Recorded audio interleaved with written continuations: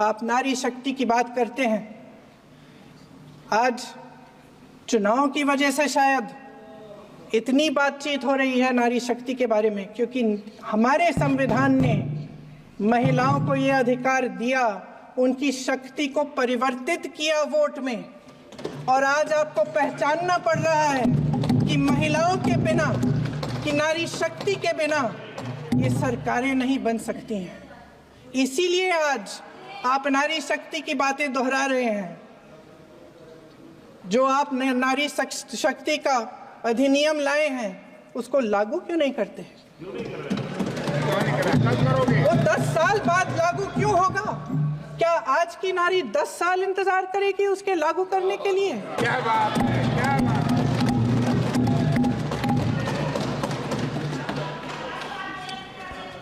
आज संसद में बैठे हुए सत्ता पक्ष के मेरे साथी ज्यादा से ज्यादा अतीत की बातें करते हैं। 1921 में क्या हुआ, कब हुआ, नेहरू जी ने क्या किया। अरे वर्तमान की बात करिए, देश को बताइए आप क्या कर रहे हैं, आपकी जिम्मेदारी क्या है? कि सारी जिम्मेदारी जवाहरलाल नेहरू की है।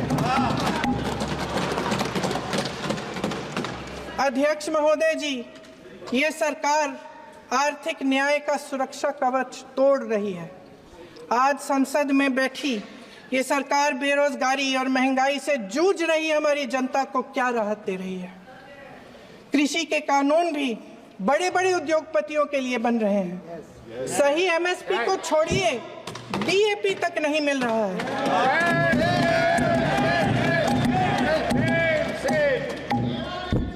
वायनाड से लेकर ललितपुर तक इस देश का किसान रो रहा है। आपदा आती है तो उसको कोई राहत नहीं मिलती। भगवान भरोसे है आज इस देश का किसान, उसको छोड़ दिया गया है। आज हिमाचल में देखिए, जितने भी कानून बने हैं वो सब बड़े बड़े उद्योगपतियों के लिए बन रहे हैं। हिमाचल में जो सेब उगता था, उसके जो छोटे छोटे किसान हैं वह रो रहे हैं, क्योंकि एक व्यक्ति के लिए सब कुछ बदला जा रहा है। सुनने की हिम्मत रखो। मैं अध्यक्ष महोदय जी, अध्यक्ष महोदय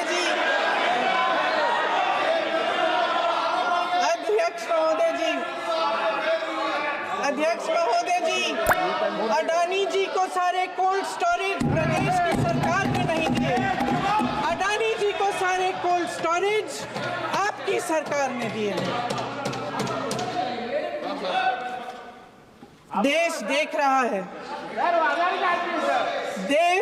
रहा है कि एक व्यक्ति को बचाने के लिए 142 करोड़ देश की जनता को नकारा जा रहा है। सारे बिजनेस, सारे संसाधन, सारी दौलत, सारे मौके एक ही व्यक्ति को सौंपे जा रहे हैं। सारे बंदरगाह, एयरपोर्ट्स, सड़कें, रेलवे का काम, कारखाने, खदाने, सरकारी कंपनियां सिर्फ एक व्यक्ति को दी जा रही है। जनता के मन में हमेशा ये विश्वास होता था कि अगर कुछ नहीं है तो संविधान हमारी सुरक्षा करेगा, मगर आज आम लोगों के बीच ये धारणा बनती चली जा रही है कि सरकार सिर्फ अडानी जी के मुनाफे के लिए चल रही है। देश में बहुत तेजी से गैर बराबरी बढ़ रही है। जो गरीब है वो और गरीब हो रहा है, जो अमीर है वो और अमीर हो रहा है। इस सरकार ने आर्थिक न्याय की भी सुरक्षा कवच तोड़ दिया है।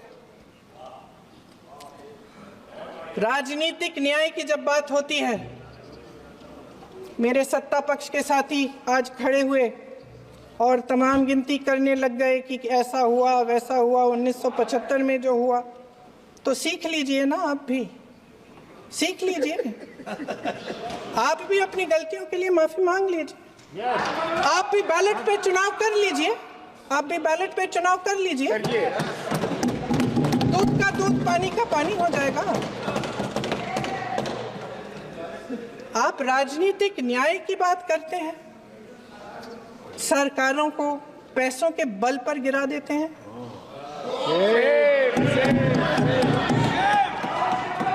मेरा आग्रह है कि अपन संविधान में सकारात्मक बोले।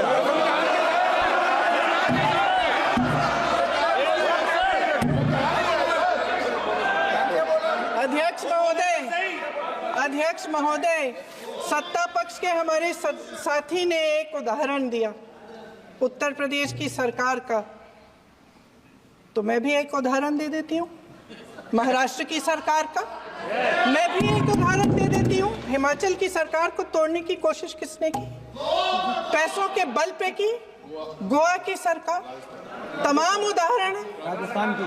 क्या ये सरकारें जनता ने नहीं चुनी थी? क्या संविधान इन पर लागू नहीं था? पूरी देश की जनता जानती है कि इनका, हंसती है, जानती है कि इनके यहाँ तो वॉशिंग मशीन है।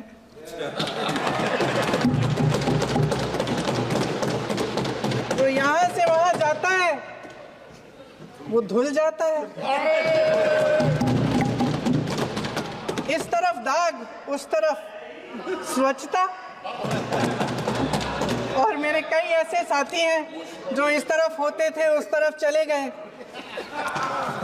मुझे दिख भी रहे हैं, वॉशिंग मशीन में शायद धुल गए हैं।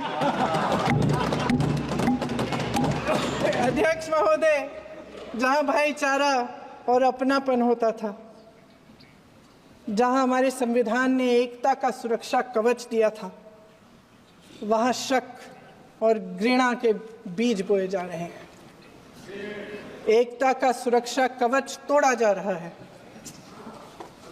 प्रधानमंत्री जी यहाँ सदन में संविधान की किताब को यूं माथे से लगाते हैं, लेकिन संभल में, हाथरस में, मणिपुर में जब न्याय की गुहार आती है, उठती है, तो उनके माथे पे शिकन तक नहीं आता।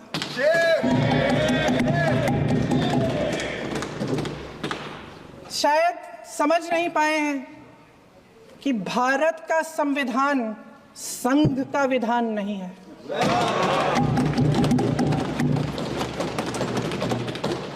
भारत के संविधान ने हमें एकता दी, हमें आपसी प्रेम दिया। उस मोहब्बत की दुकान जिस पर आपको हंसी आती है, उसके साथ करोड़ों देशवासी चले। करोड़ों देशवासियों के दिल में एक दूसरे के लिए प्रेम है, घृणा नहीं है।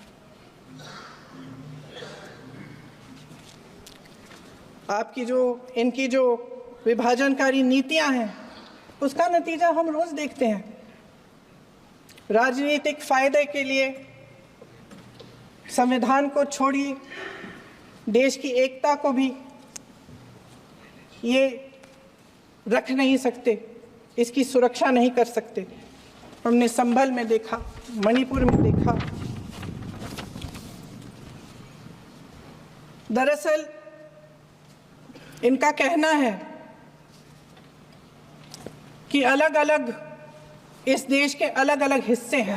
कैमरा।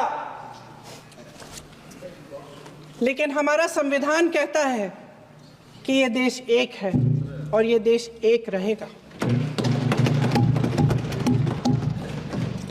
जहां खुला विवाद होता था, अभिव्यक्ति का सुरक्षा कवच होता था, इन्होंने भय का माहौल पैदा किया है।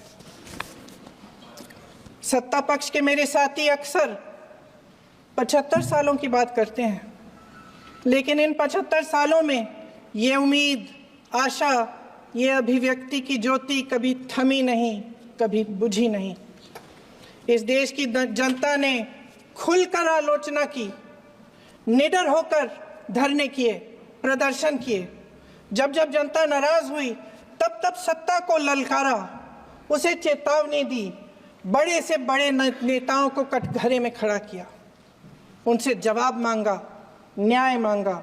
इस देश के छोटे छोटे से नुक्कड़ की दुकानों में, चाय की दुकानों में, इस देश के घरों में, गलियों में, मोहल्लों में, अखबारों में, प्रकाशन घरों में, न्यायपालिकाओं में चर्चा कभी बंद नहीं हुई। लेकिन आज ये माहौल नहीं है। आज जनता को सच बोलने से डराया जाता है, धमकाया जाता है। पत्रकार हो या विपक्ष का नेता हो या किसी यूनिवर्सिटी का प्रोफेसर हो, छात्र संघ हो या कर्मचारियों का संगठन हो, सबका मुंह बंद कराया जाता है।